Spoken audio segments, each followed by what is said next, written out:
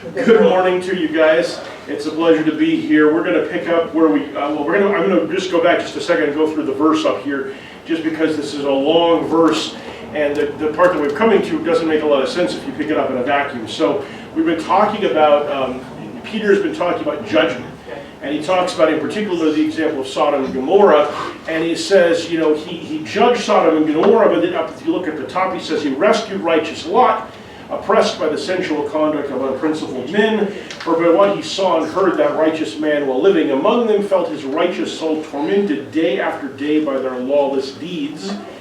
Then the Lord knows, and what they're saying is, if he judges Sodom and Gomorrah, but if he can also rescue Lot, then the Lord knows how to rescue the godly from temptation. And so we had taken a look at that idea of how he rescues the godly from temptation, both in terms of, in the context of this passage in 1 Corinthians, where God is helping us to overcome temptation, and in other cases where he removes us from it entirely in some cases, or overcomes the one who is tempting us. And then to where we left off, and he knows how to keep the unrighteous under punishment for the day of judgment. And that's where we had gotten to. We hadn't actually started to talk about this yet. So, it's an important principle for us as Christians to hold on to, even though it's not altogether popular. It is an important principle that we see in the Scriptures, that judgment will come. That there is going to be an end to this kind of life and to this sinful world, and that is going to be judged, and that ultimately it's going to be recreated in a perfect mold. Not just a sinless mold like Adam and Eve had, where there was a garden and it was good because they hadn't sinned yet, but one in which sin will have been removed altogether. And so in 1 Peter chapter 3, so 2 Peter is where we're at, and in 1 Peter he says, "But by his word the present heavens and earth are being reserved for fire, kept for the day of judgment and destruction of ungodly men. But do not let this one fact escape your notice, beloved, that with the Lord 1 day is like 1,000 years, and 1,000 years like 1 day.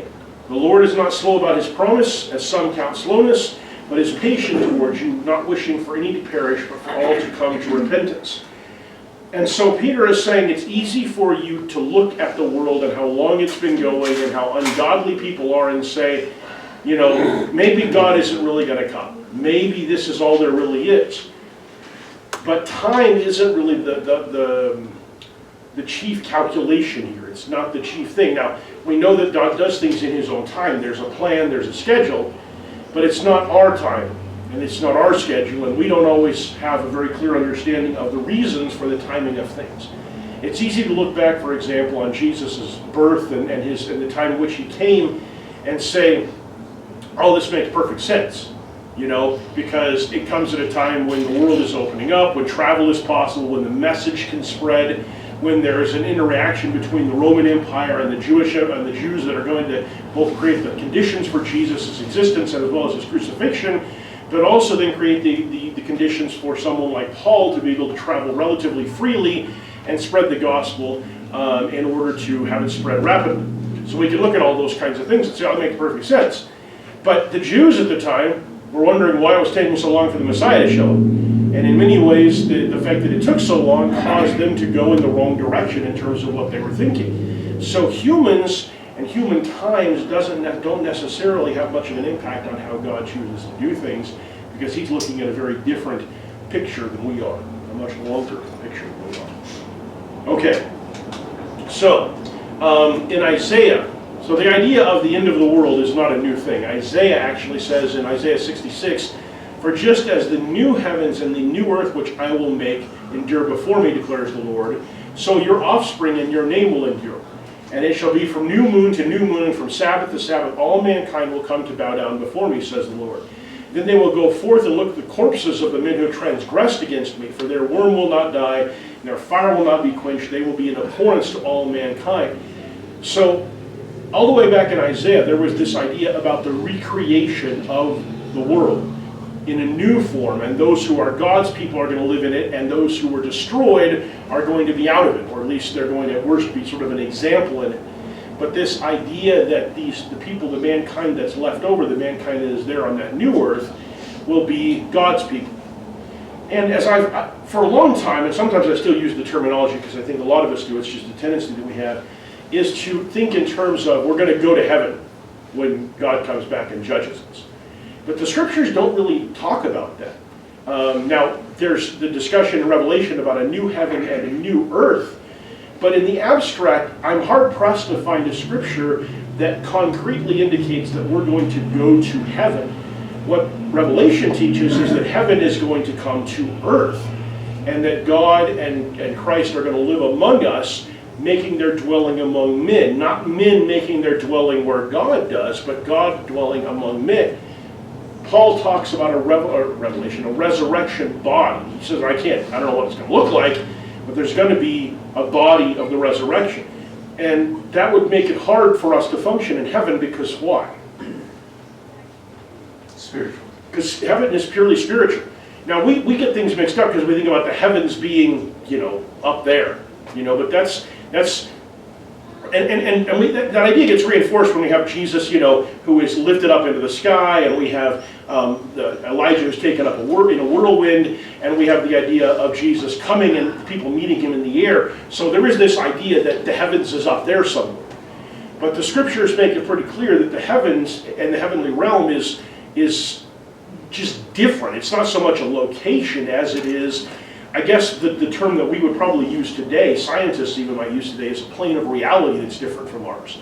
And so it interacts with ours, and it's one that we can't see, but it's all around us. The heavenly realms are around us, and they're just different from the realms in which we live, in the world in which we understand things. And so where we are going to end up is not in heaven somewhere, or in a different plane of existence. It will be a different kind of existence, but we are going to be recreated in some way that is physical and yet has had sin taken out of it. And then we're going to live in a recreated world that is a perfect world for a people who have been recreated perfect, where God will actually live with his people. And here again, that notion of God is a little bit limiting, but that's because we don't have a way of understanding the idea that God will live with us and also be everywhere, But that's what the scriptures teach us. And so I try more and more to use the term eternity when I'm describing the afterlife, because I think that's a more accurate term. I'm not going to go around trying to correct you. Oh, don't say heaven, that's not right, The same way I get irritated at people who can't figure out whether or not to put an apostrophe in the word it's. You would think that teachers would know how to do that, but it's the gym teachers are the worst. Oh my God. They don't know. They don't know how to do it. It's always got an apostrophe in there no matter what. So anyway, I'm digressing a little bit. Anyway, the point is though, that I'm a gym teacher. It's really funny because it's one thing that like the spelling and grammar checks almost never catch it, because and both versions are correct in some contexts, and only the most advanced of the grammar checkers actually catch that it's the wrong one, and so people put it in there and they don't even notice. And I see it and I'm like, man, that's great. Okay, so anyway, I'm not going to go around, and I don't actually go around correcting people for its and its either, because that would be really pedantic and irritating. But the tendency sometimes is to say, okay, well, I figured this thing out, or I know this, and so I'm going to tell everybody. And I am telling you guys because I want you to have an understanding of what we're talking about here. But just as it's hard for me to change the way that I talk about it, even though I've kind of come to understand a different way of thinking about it, I understand that it's our nature to kind of say we're going to be in heaven, we're going to go to heaven, and I think that as long as we understand what God is teaching us about that, it doesn't really matter the terminology as much as it does the preparation, and that's I think where we tend to kind of diverge from a lot of groups, evangelical groups, where they are very concerned about us having the right theology about the end time. For us, we're less concerned about the theology of the end time because it really is only relevant to the point that it informs our lives right now. And either way, whether God comes back in a rapture or whether God comes back all at once, or however it happens, being ready for it is the key. And it eliminates the need to be concerned about the exact specifics of exactly how it's going to look. Because Jesus says, when I return, a lot of people are going to be freaking out, but you guys, you're going to be okay. I'm paraphrasing, but that's basically what he said. Okay, so Jerry and then Ian. You're reading back one to that First Peter. The first sentence there, by his word the present heavens and earth are being reserved for fire. If we can believe that God created world, the earth, the yeah. universe, and the stars and the sun, and all of the things that we see, that physically, if we can believe that God created that, then that first phrase there, we can believe that God can destroy it.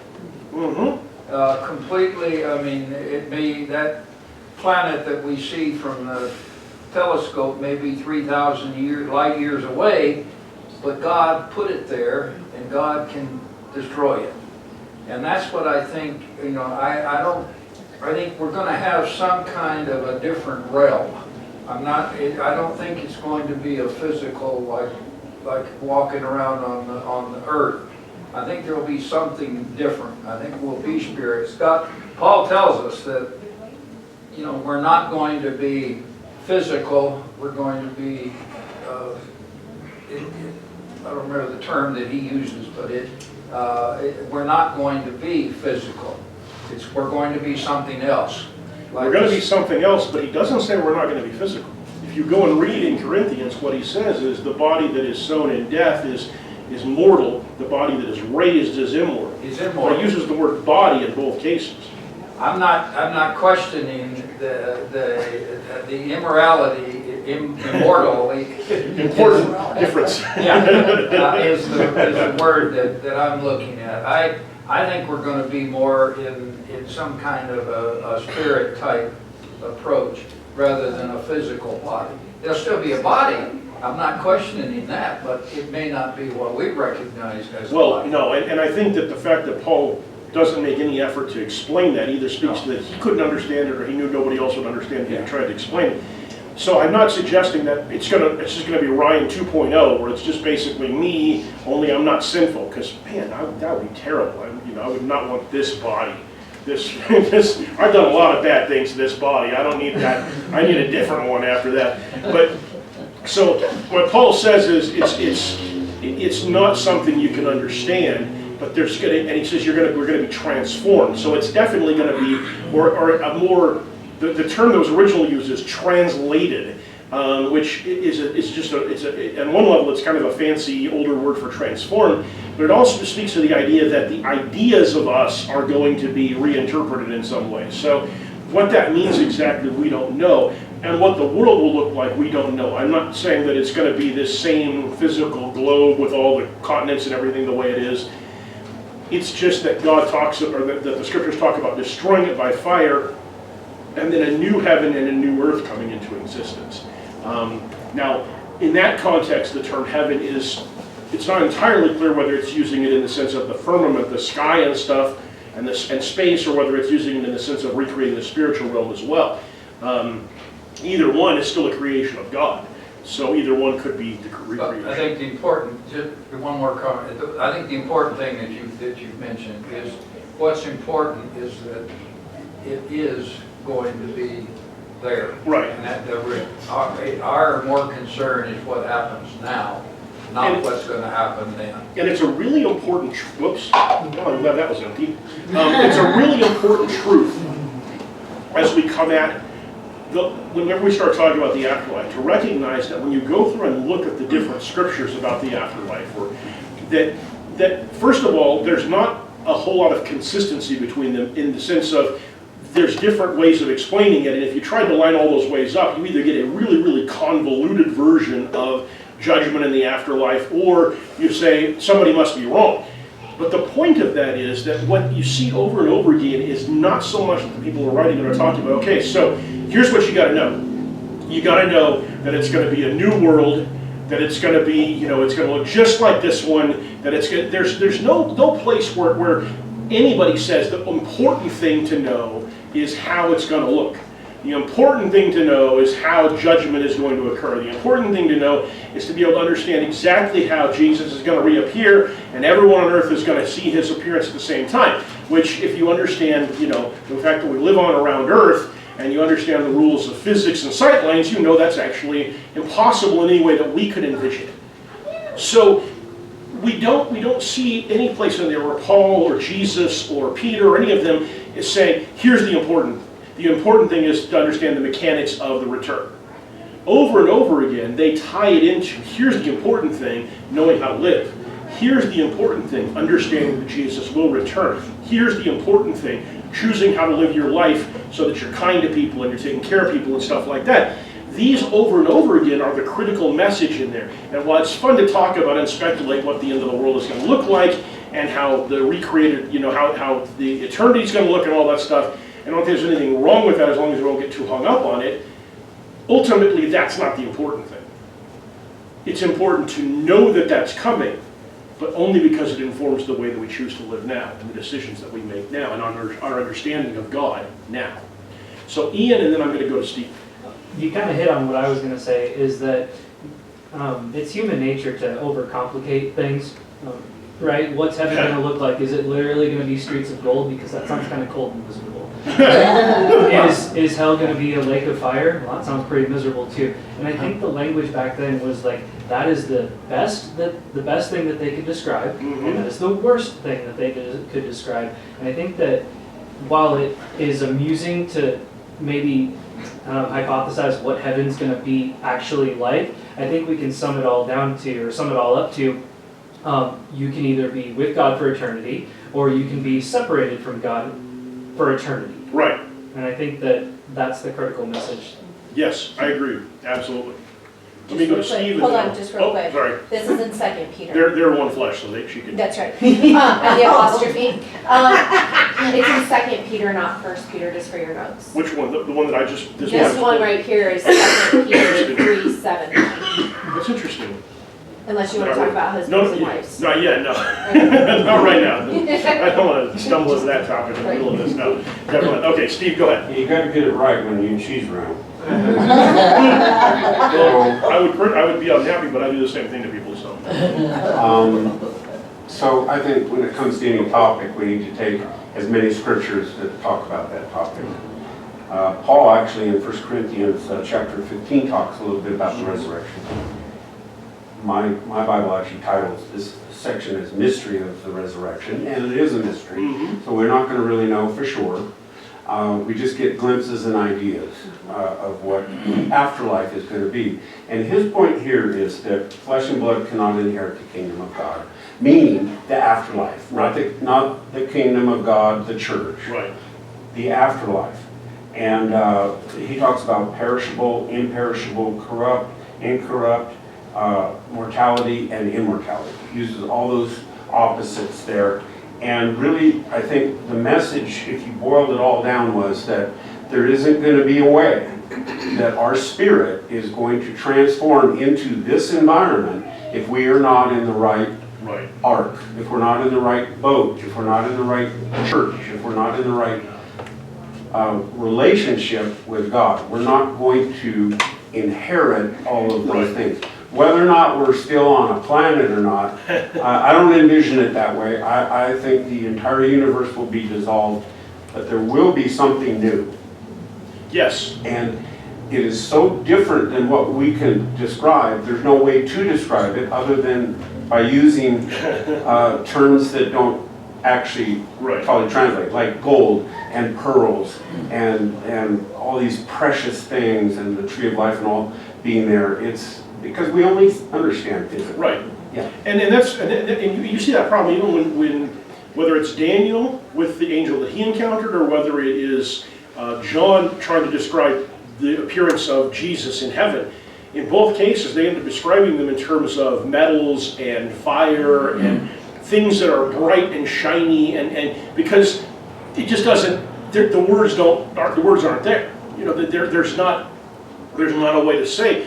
You know, it starts off with, it looked like a man, and then it kind of goes from there. And like, that doesn't sound like any man I've ever seen, but what he's trying to say is there's a form there, but everything else is something different. And so when we talk about this, and I think like you said, Steve, the critical point of all this is not, let's make sure our theology is exactly right about the end times and about what heaven's going to be, or the eternity is going to be, or what's going to be destroyed and what's going to be recreated, what that's going to look like. Because that's a fool's errand. Because trying to figure out what something is going to look like when you don't have the right, not just like the words to describe it, you don't have the right ability to conceptualize how to describe it, that would be a waste of time. The critical point over and over again is not, here's what eternity looks like. Here's what the next creation is going to look like. The critical point over and over again is you say, you want to be on the right side of this when it happens. Like what Jesus says, you know, when all these things are going on, everybody's going to be in terror and roaring and screaming and running around and trying to find something. And when those things begin to happen, stand up and lift up your head because your redemption is drawing near. You know, you can either be terrified when these things happen, or you can say, all right, let's do it. You know, that's the difference between preparation. You know, when things go wrong, it doesn't mean that this, in a sense, is the difference between things going wrong and things going right, though. Because when you're prepared, it's kind of I guess Jesus, I'm using parables here a lot, but Jesus talks about the wise and foolish virgins. You know, the ones that are unprepared, when the cry rings out, the bridegroom is coming, this is a bad thing for them because they don't have any oil left. But when that same cry rings out, the 10 that are wise, this is a good thing for them because they're waiting for the bridegroom to come and they're ready to go. And so either way, they were asleep. And in Jesus' context, in that parable, asleep is not like unaware. Asleep is the version of being alive in this life. They were asleep. That wasn't a good or bad thing. That was just a thing. That was the state they were in. It's how they were ready for the bridegroom's appearance that made the difference.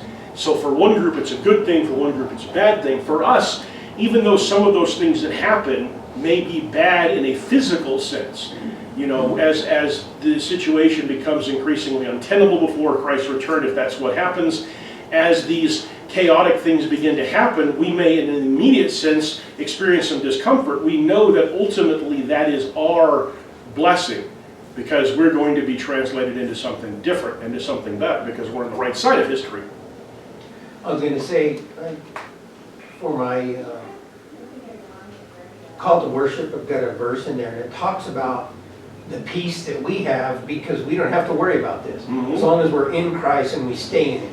And I think that's like Ian and Steve was saying, get in there, stay in there, and you don't have to worry about any of this because it's going to happen because God's going to take care of us no matter what. We want to, as human beings, say, oh, I want to, see this and I want it to be this way, but we can't understand that. And even in Revelation and all the symbolic things that you see on there, they just could not fathom what they were seeing. They couldn't understand anything. It would be the same for us. Our brains just couldn't handle it. So I think he's just saying, you have peace, even in this world here, there's no peace, but you have peace because you don't have to worry. Yeah. I got you. And so I think if we stay that way, if we think about it that way, then all we have to do is make sure we're in Christ and we stay there. And what's fascinating to me is how much time some groups spend on that end time theology. And I wonder sometimes, and this is purely me speculating, but I wonder sometimes if part of what's driving that isn't, on some level, a deep-seated fear on their part that they're not doing it right. And so we'd rather not talk about what we ought to be doing now. We'd rather talk about what it's going to be in the future and focus on that theology than on our lives and how we're choosing to be. Just as I wonder sometimes when we spend too much time looking at the story of the rich man and Lazarus and trying to figure out exactly what that means about what happens after we die, whether maybe we aren't doing that because we just assume not really spend much time talking about the implications of the actual reason why a rich man who had no apparent sin ended up in hell.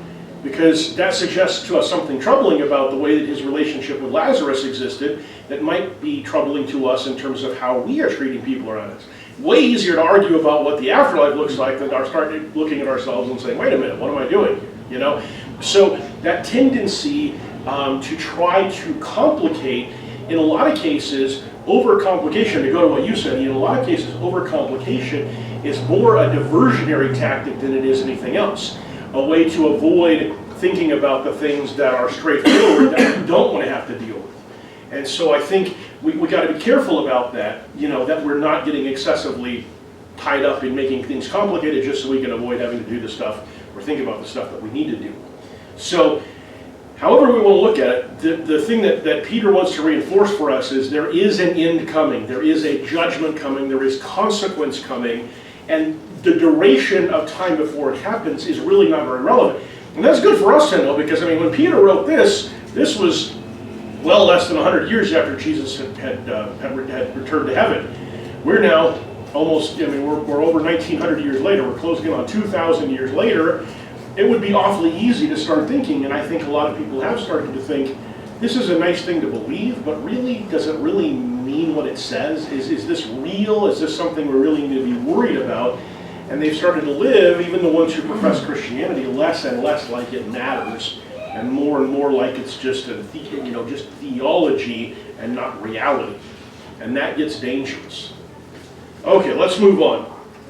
Where are we at? Okay, we got about 15 minutes left. So we're going to go into a new section of 2 Peter. Now this is talking about those Gnostics, those false teachers, and he says of them that they are daring and self-willed, and they don't tremble when they revile angelic majesties. Now, exactly what he's talking about here, we're not 100% sure, because the teachings of the Gnostics, a big part of the reason why the Catholic Church came into existence with the level of organization and authority that it had was in order to put down the Gnostic heresy. It's kind of ironic, actually, because as Gnosticism is growing and it's getting harder and harder for individual churches to deal with, you start giving more and more authority to church officials, and you start consolidating that authority under increasing levels of organization so that you can try to put out this heresy. So you start off with your, with your lay clergy, and then you end up with your priests, and then you end up with your bishops, and you end up with your cardinals, and all of them are more than anything else at the beginning of this trying to shut down Gnosticism. Now, what that evolves into, of course, is something very different, but the result is that when Gnosticism is finally pretty well eradicated in the latter part of the 3rd century going into the 4th century, the Catholic Church went about pretty much trying to get rid of all of the writings and teachings and everything else of the heresy in order to do what? Why would they have done that? Put themselves on first. Okay, that could be true, but actually in this case I give them a little bit more credit in terms of having a slightly better purpose for it. Why would you wipe out a false doctrine as much as you could? Well, to prevent it from being spread. Exactly.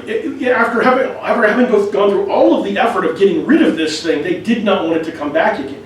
And so a big part of this was eliminating the ability of people to access the information, which has an unfortunate side effect, which is that by and large we don't have as clear an understanding of Gnosticism as we do a lot of other historical heresies and teachings and stuff like that, because of the fact that they did such a thorough job with it.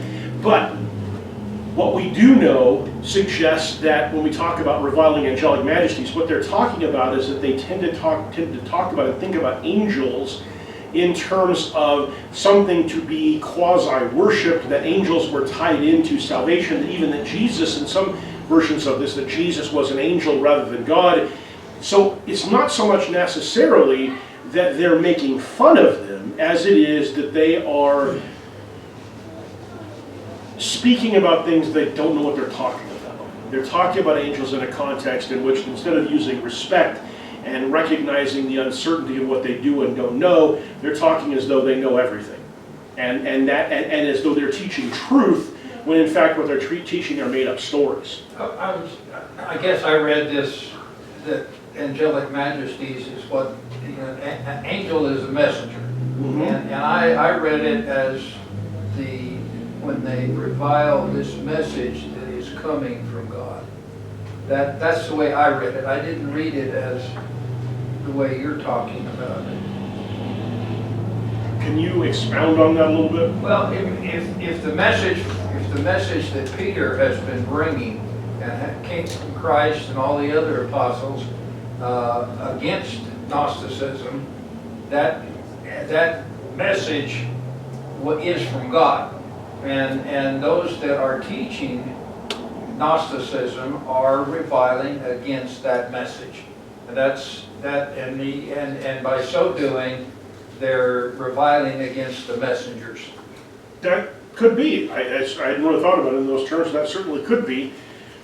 One way or the other, what he goes on to say is, angels who are greater in might and power do not bring a reviling judgment against them before the Lord. And we know that angels are much greater in power than we are, in terms of what they can do and what they are. Even though and the scriptures talk about man being created a little lower than the angels, even though we have some abilities that they don't have, such as to access salvation, or at least that appears to be the case in the scriptures, they have great power, and they are sent as messengers. So whether it's the message that's being denigrated or whether it's their nature that's being denigrated, either way, it's dangerous for people to go around speculating and in particular talking with as though they had knowledge when they really don't have knowledge about God and about spiritual things, because that's calling attention to yourself when you don't really know what you're talking about. And when we talk about Gnosticism and this idea that it's about knowledge, when Peter is talking about this, what he's really saying is you don't know what you're talking about.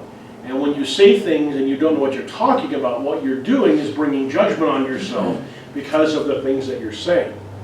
So he goes on, though, to characterize the Gnostics. He says, but these, like unreasoning animals, born as creatures of instinct to be captured and killed, reviling where they have no knowledge, will the destruction of those creatures also be destroyed, suffering wrong as the wages of doing wrong. They count it a pleasure to revel in the daytime. Now this sentence gets away from me sometimes because it starts to use a number of pronouns and they can get confusing here.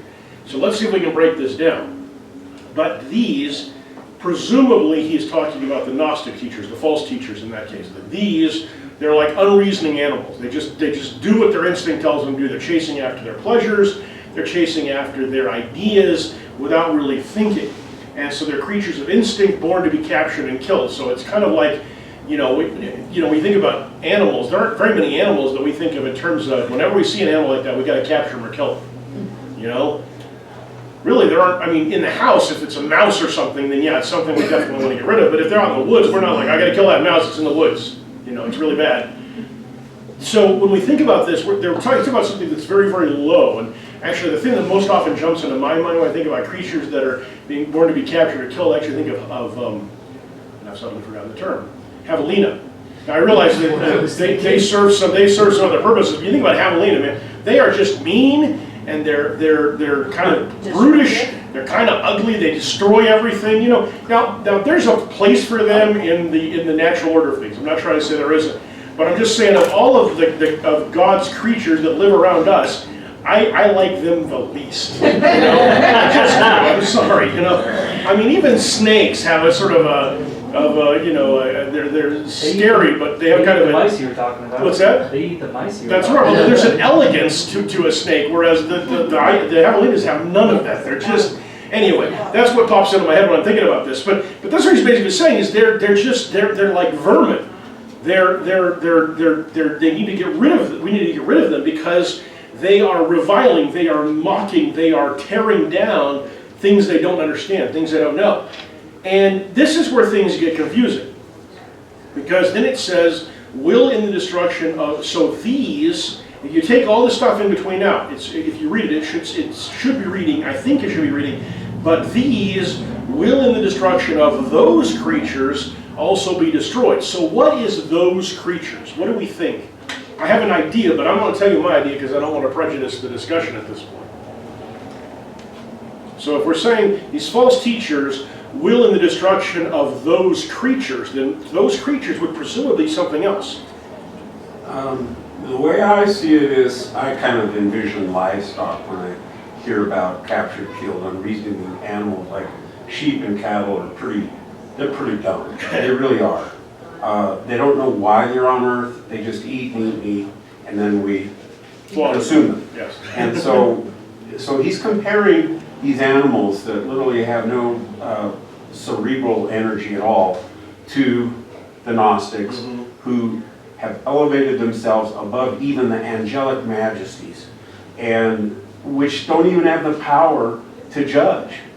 And so he's saying, you're way out of the spectrum of where you think you ought to be, and your destruction will be like those creatures. You will be destroyed. That's what I get. Okay, so one perspective, this could be the destruction of those lower, baser creatures that he's comparing them to, just as they're going to go away, and as we wipe them out, as we go along, that's what's going to happen to these false teachers. Okay, anybody have an alternative perspective? And I'm not searching for the right answer. I just want to make sure that everybody's kind of perspective gets honored. I guess I read it as creatures of instinct would be like a lion that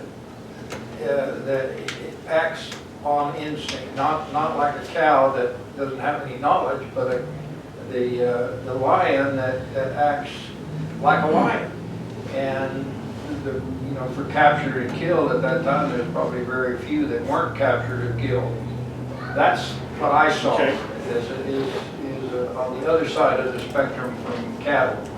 Well, to be fair, they're both acting on instinct. Yes. The lion's instinct may be a more complex hunter's instinct, whereas the cattle's instinct may be just kind of food, water, food, water, food, water. That's pretty much all they've got.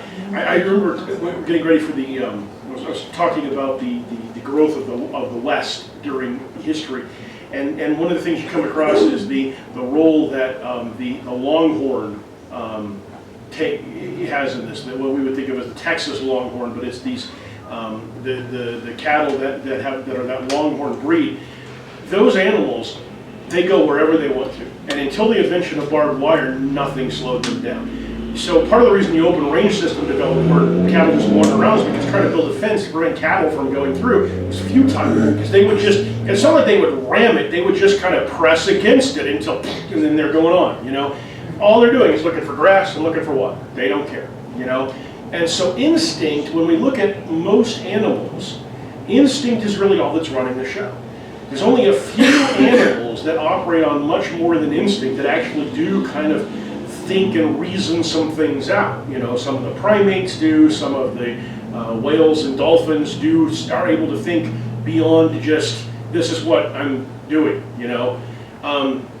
But, okay, so here again though, we've got this idea that what we're talking about is the destruction of these false teachers is going to either be like, or it's going to be the same event as the destruction of all the other stuff. And remember, Paul has already talked about the destruction of the world coming, so we can presume that all of those creatures of instinct, everything else, they're going to be destroyed in the ending of this world, because whatever it's being transformed into, I don't think it's going to have our current version of cattle and lions wandering around, you know.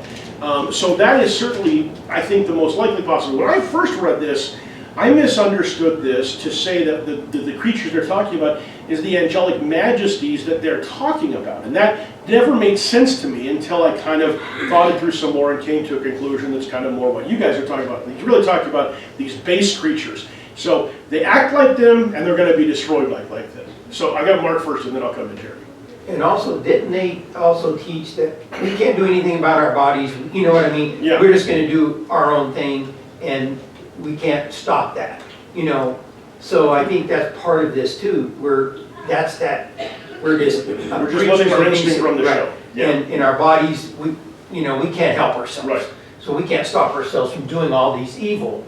So that too could be part of this. You know, you're teaching this, that don't worry, it's just our bodies. Mm-hmm. You know, it's not going to affect our minds, that kind of thing. Right. So we're okay, but see, that's where you're going wrong also. Right, and that kind of ties into what Paul talks about in Romans, where when you turn yourself over to doing bad things, you denigrate yourself and you lower yourself, and you get farther and farther away from God's will. And if these people are teaching, you can do whatever you want to your body, let your body run the show for your body, as long as your spirit is pure, you're okay.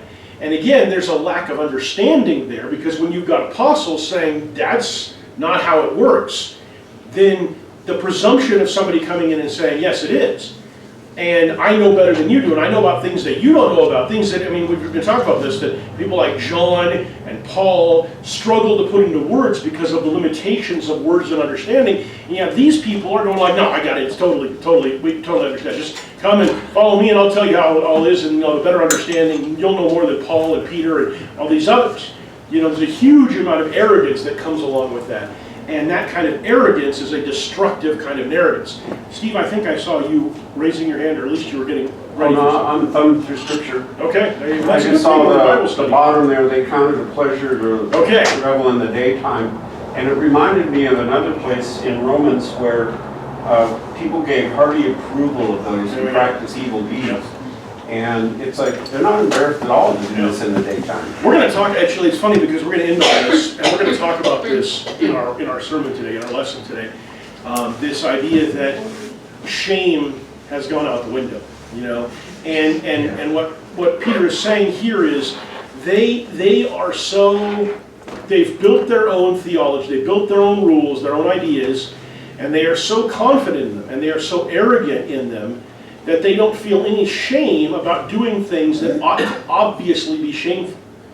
And when we talk about our society today, obviously we don't have Gnostic teachers teaching the exact same things they've been teaching there. But there is a neo-Gnosticism, a neo-sense of I know better than you do, and I can do whatever I want to do, that is very much pervading our culture.